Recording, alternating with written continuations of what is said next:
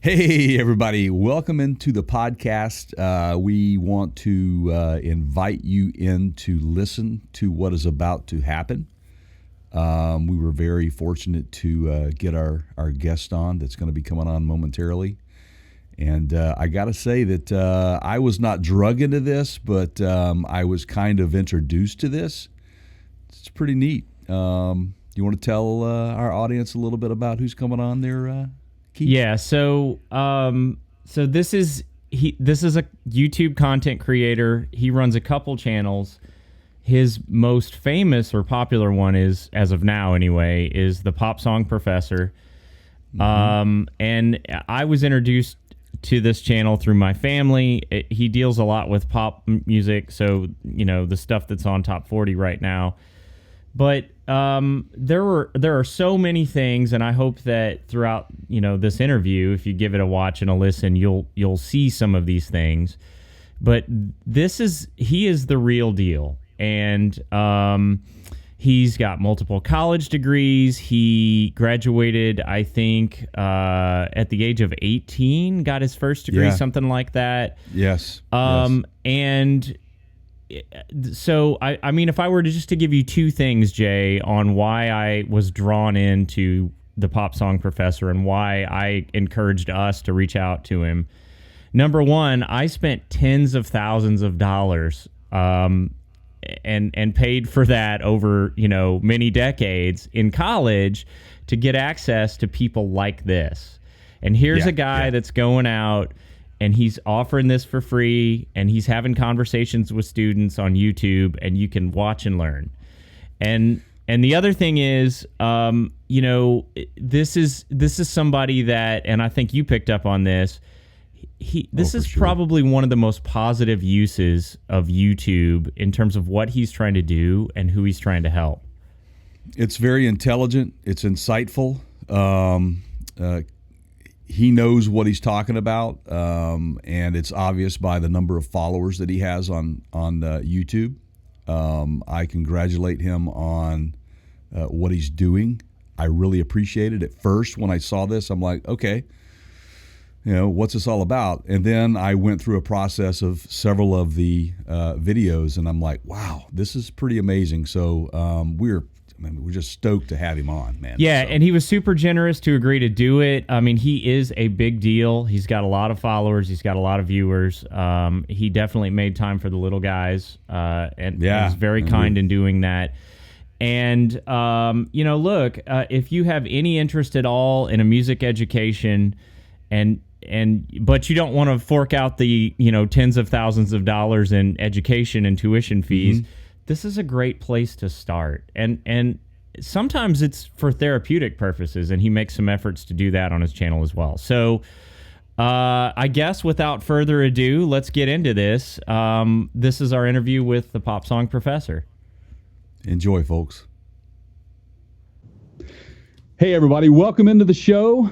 Today, we're excited to have a very special guest with us, Clifford Stumme, also known as the Pop Song Professor. How's it going, Clifford? Thanks for joining us. It is going very well, and thank you very much for having me. It is a great honor.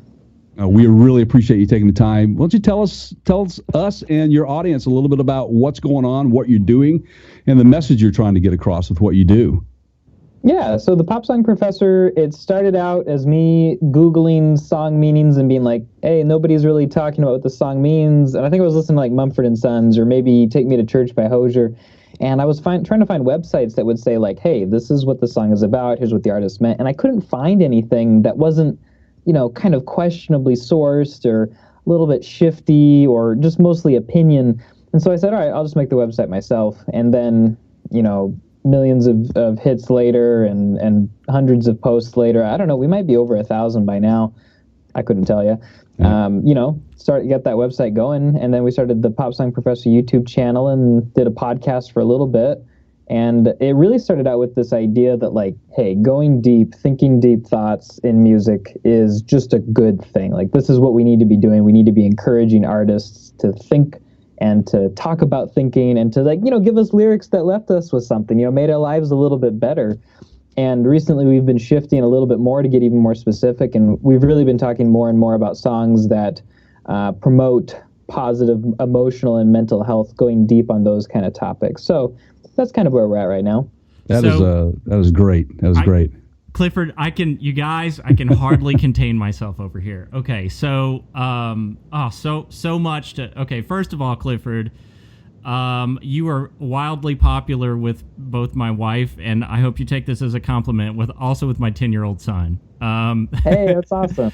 So, and I think part of what drew me in. So that's how I learned about you.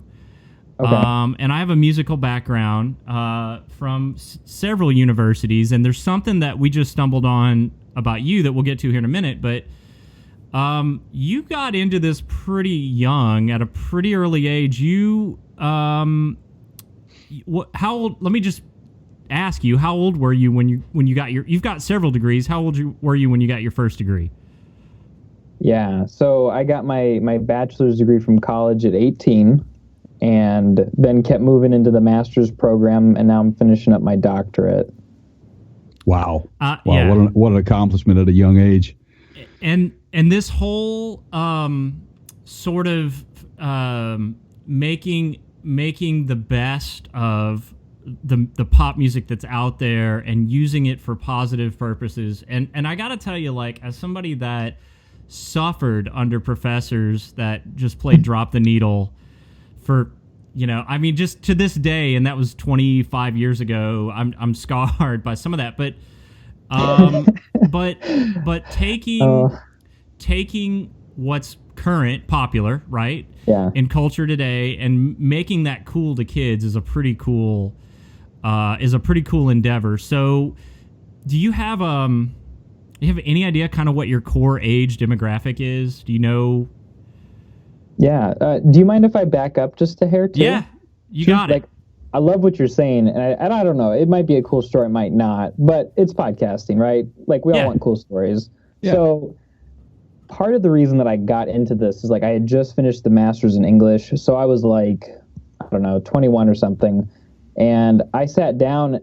No, I think I was 22. Doesn't matter. So I sat down and I was like, all right, I've just finished this master's in English, and I think I want to teach English. This sounds like a pretty good deal. I'll teach literature and stuff like that. And so I went and taught like an English 102, which at my school is like a literary analysis. And I'm making these kids read poems and tell me about them. And the kids, like, they're dropping like flies, like they're so bored. And, part of that's on them. Like, look, guys, this is a legitimately good poem. You need to pay attention here. And part of it, I thought, was kind of on me and on, like, academia in general. And I thought to myself, like, why are we talking about something that a lot of people don't care about? And there's some really good reasons. We want to know the classics. We want to know where we came from. We can still learn from stuff that's older. There's an experience with beauty to be had there. But shouldn't we temper that with some level of, like, cultural relevancy? And a lot of professors do a great job at this. So this was kind of my own little personal coming of age story, and I was like, let's jump into some song lyrics. So after I'd been blogging for a couple of months, I was like, let's throw some song lyrics into this classroom. And I think I had a student write a final paper about Drake, and I had people pulling them up as, like, examples in class, and we, like, analyzed some Taylor Swift and some 21 Pilots, and it got really fun. Like, people really enjoyed that. They thought it was really cool, and then they thought it was really cool when I knew which artists they were listening to, and I could speak intelligently about Taylor Swift or Drake or something like that. So that got me some street cred, I guess, with in the classroom. Well, so I don't know. That was just, like, this whole thing started wanting to, like you said, like, make this relevant to people and say, hey, look, you can think about your lyrics, and then saying to academics, like, let's think about lyrics. Let's do the same thing for asking kids to do. And you did a much better job of kind of concisely laying out there that whole sort of mission statement than I did, but. But yours was great too, but you nailed it. So I can't tell you the number of professors that I had that the minute that I brought up some popular piece of music, just they switched off. And Jay is tired of hearing me say, like, look, you have to understand, whoever your favorite, whoever you're into, right? If it's George Strait or Eddie Van Halen or Usher or whatever, like, some of these really great artists have gone back and studied Bach. And there's elements of what they're doing in that, and you can't completely discount those old guys in wigs. You have to understand that. Yeah. But if you don't get somebody on the educational side that's willing to see you on your level, like, which sounds like what you're doing, that's the missing ingredient, and that's a really powerful thing. And I think probably that's what caught my attention, and I went, ooh, we got to talk to this guy. Because this is, because you do, and I think you understand this, you do know that that's a little bit unusual in the educational institutions, right? Yeah, but, you know, I'm a little unusual in the education institutions. Never been much one for doing it the traditional way, which has gotten me in trouble and helped me do things in the past.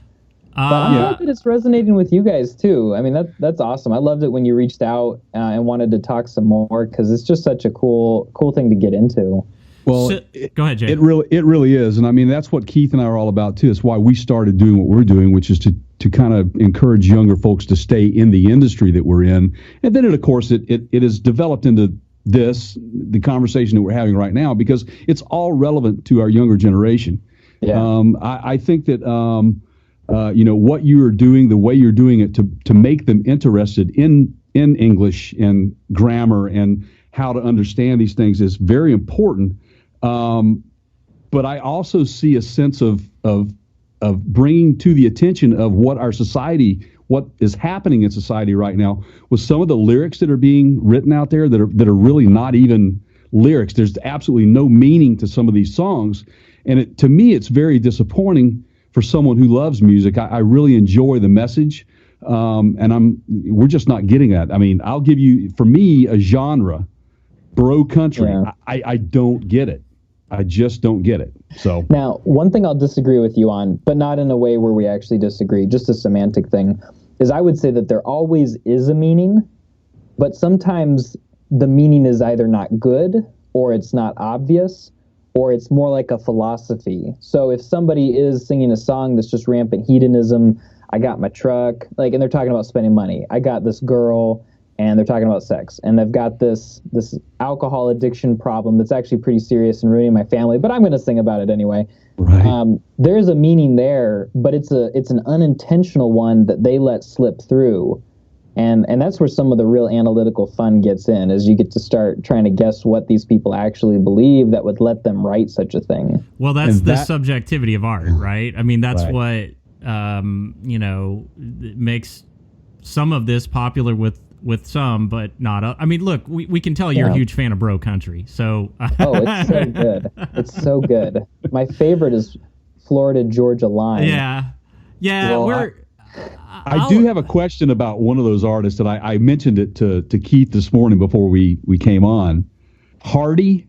Have you heard of those? Have you heard of Hardy? Yeah. You need to go check it. And we just lost like half our listeners right there. Here's a new one. It's the name of the song is called Rednecker Than You. So, oh, no. Oh, man. You know what? I'll do you one better. While you're listening, watch the video. It just adds a whole element of...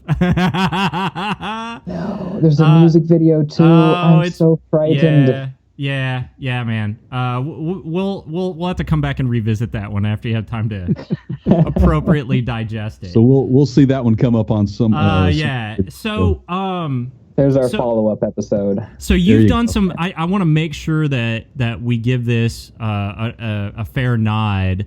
You alluded to this earlier, but doing some work that's sort of therapeutic in nature. So, like Jay and I did a video on holiday depression just right over Christmas, and just put it out there as sort of a, you know, we've had some close friends and family that have been affected, and you did some stuff along those same lines, and it sounds like you're continuing to do some of that.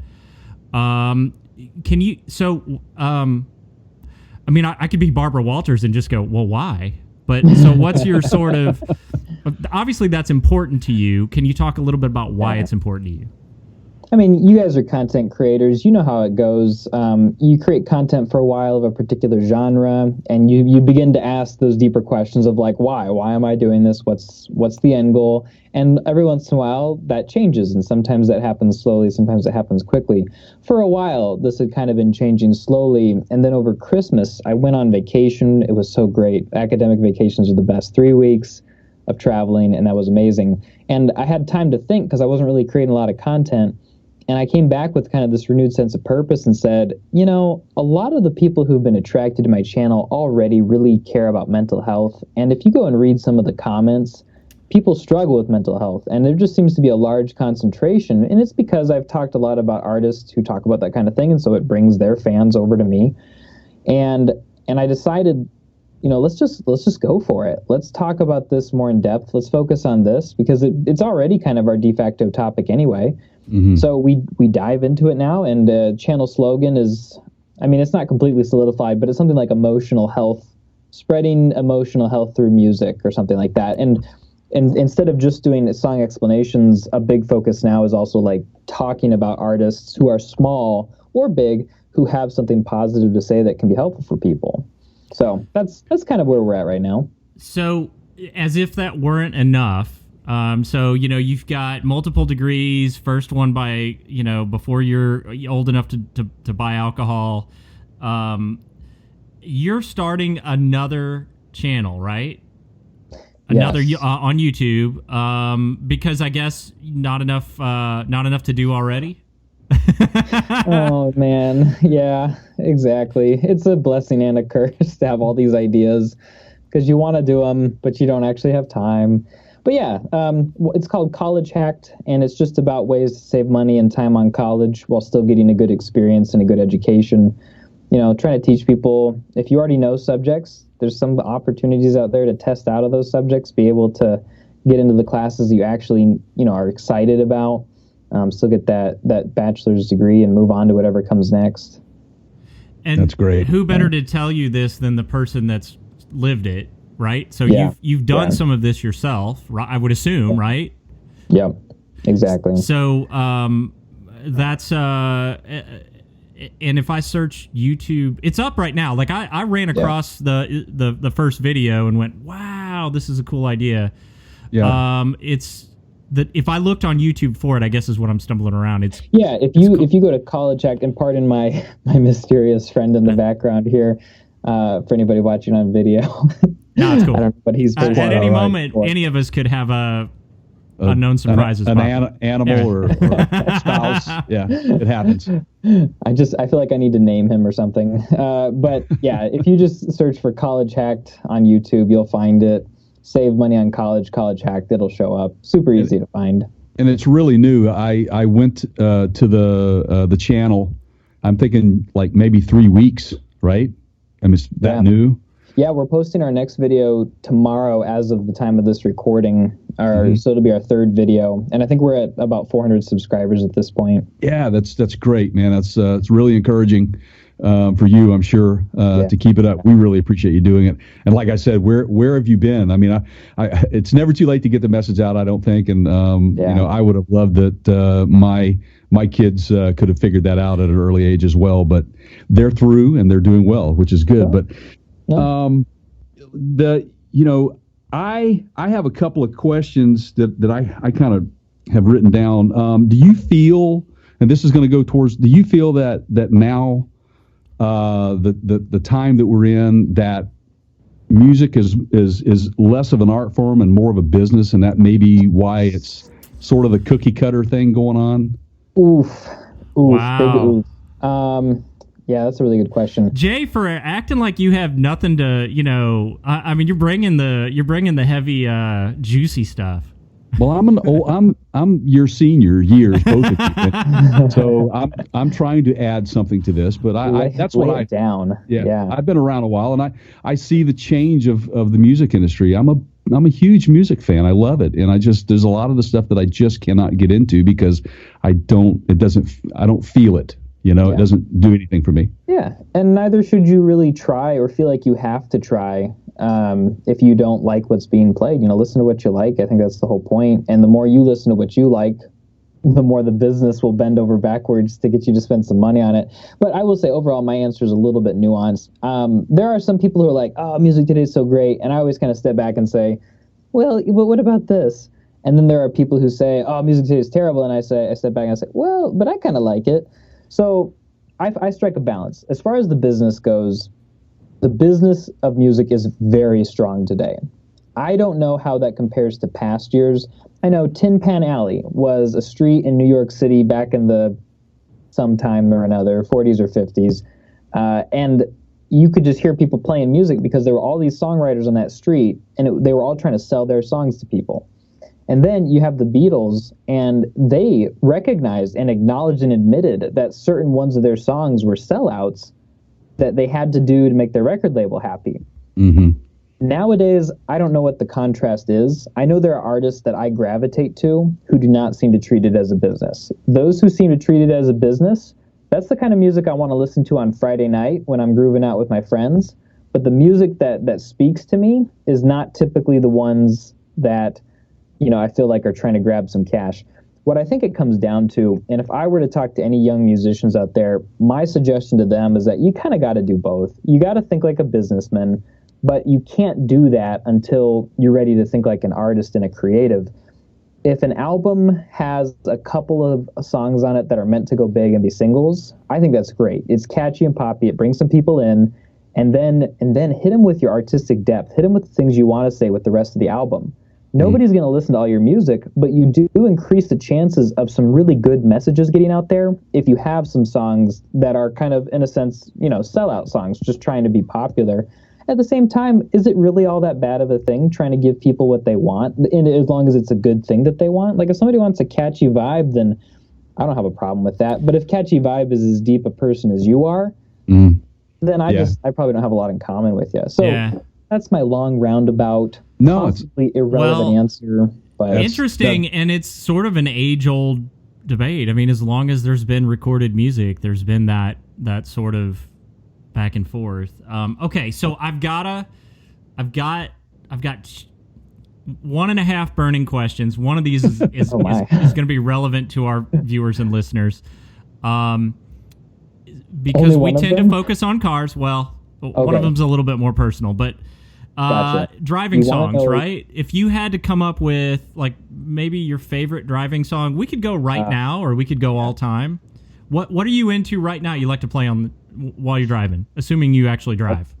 That's a really good question. Yes, I actually do have a driver's license. I'm young, but not that young. I would say I like it. I got to be with friends for me to really enjoy these songs. It's got to be a song I can sing along with. So 22 by Taylor Swift is a good one. So that rules out mumble rap. If it's got a criteria, you got to be able to sing along with it, right? Yeah, I can't sing along with it, so I don't know what they're saying. Maybe Gucci Gang. I could do Panda, but just the choruses. So I would say a little bit Taylor Swift mixes in usually. I like Billionaire by Travie McCoy and Bruno Mars. And I don't know, there's just like such an eclectic bunch of songs. Oh, you know what? Hands down, Bleachers. Anything by Bleachers. Okay, I can go with you on that. Yeah, but can I be completely honest with you guys? Oh, I know what's coming. I have no clue who Bleachers is. Well, your boys are older, man. I mean, this is sort of, I was, to be honest, introduced through Kids in the Car. Right. I mean, you know who Fun is? The band Fun. No. They're like they do the song Some Nights. Anyway, they had a drummer who was a little bit more musically talented than most drummers are given credit for. He went off and started his own side project called Bleachers, and there's some really good songs in there.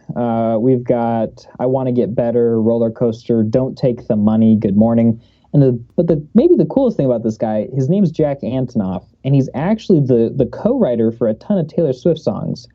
And if I'm not mistaken, he also helped Lorde put together her Pure Heroine album, or maybe it was her Melodrama album. No, I know. So he can write. He can do it all, man. He can. And that is your proof that you sometimes have to do a couple songs that you maybe aren't thrilled about putting on an album, but now he's got the freedom to go do his other groups, to do his other collaborations, to do. I mean, there you go. There's justification for your point. Okay. Exactly. Now, you're Tom Hanks on Castaway. Now, you may get rescued, you may not, ever. Okay? Ever. Like, it could be a year, could be 20. You can take one album with you. One album? What are you taking? Gosh. Okay, Man. so Actually, you know what? I don't think it's fair to put me on the spot like this. I mean, can I get your answers first so I get a vibe for it? You mean? I can Yeah, Jay. Here, I could. You I'll want me go. to buy him some? Go ahead, Jay. You ready? No, I don't need it. Honestly, if I was on an island by myself and I had to have an album that I got the most fulfillment out of, I would have to say Dark Side of the Moon by Pink Floyd. Yes, very good. I'm gonna go completely like insane other direction, but I'll explain, because I'm always one to try to explain why I make a choice. I'm gonna go with something probably classical, probably either Mozart, possibly Beethoven. And the reason that I'm going to do that is because I feel like it's going to take longer for me to... I can get more repeated listenings out of that and have a new experience every single time, more so than maybe some of the more... Like, Dark Side of the Moon's another example of that. Like, you can listen to that thing over and over and over again, and there's something new every time. I feel like with the newer stuff, not all of it, but a lot of it, I've heard it, and when I'm 2 weeks into that album, I'm like, yeah, I got this. I got it. I'm kind of done. Keith, you need to come over to my island, man. There's some stuff. There's some stuff growing here that you don't have to worry about. Jay's in Washington State. I'm in Nashville. You already know that. All right. So does that help you sort of set up? I mean, there is no wrong answer. That makes sense. I see what you're saying.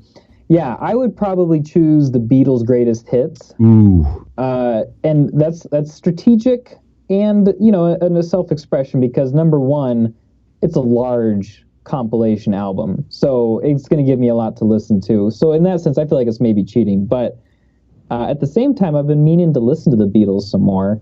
And so if I'm going to be stuck on a desert island, I might as well be stuck with something that's a little bit more foreign to me. Not that I haven't listened to them plenty, but, something to really get into and think about. Pretty big change in their entire career. You've got examples of the whole, like, there's a lot of stylistic changes from when they started to their last album. There's examples of all that in there. Yeah, man, right. And I feel like there'd be a little bit of everything. There'd be a sad song, there'd be a happy song, a nostalgic song, and that's just a survival thing. But however your day's going, man. Yeah, if you found food, you pick a Yeah. If I have a CD, I do have a CD player, right?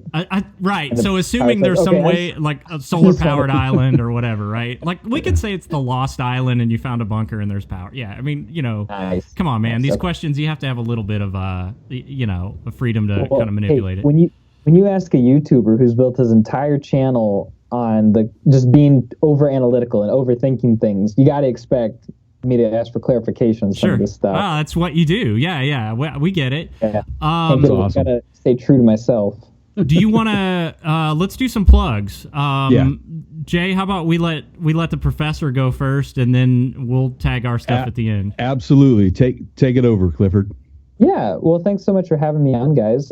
As far as plugs go, I would just say if you want to check out what some lyrics mean, particularly if you're interested in songs that you can, relate to, and that showcase artists being vulnerable, talking about stuff you wouldn't normally hear in lyrics. It's the kind of music we try to talk about, and not only do we explain lyrics, but we're also sharing a lot of new artists who have a lot of potential, including a few from Nashville. In fact, if you were driving over to my town in the next few weeks to come and record some of their songs live, we'll put them up on the channel and see what people think. So we do stuff like that. And then if you want to learn how to test out of some college courses, save some money, do some dual enrollment, or we might even do some talking about how to save on student debt later on.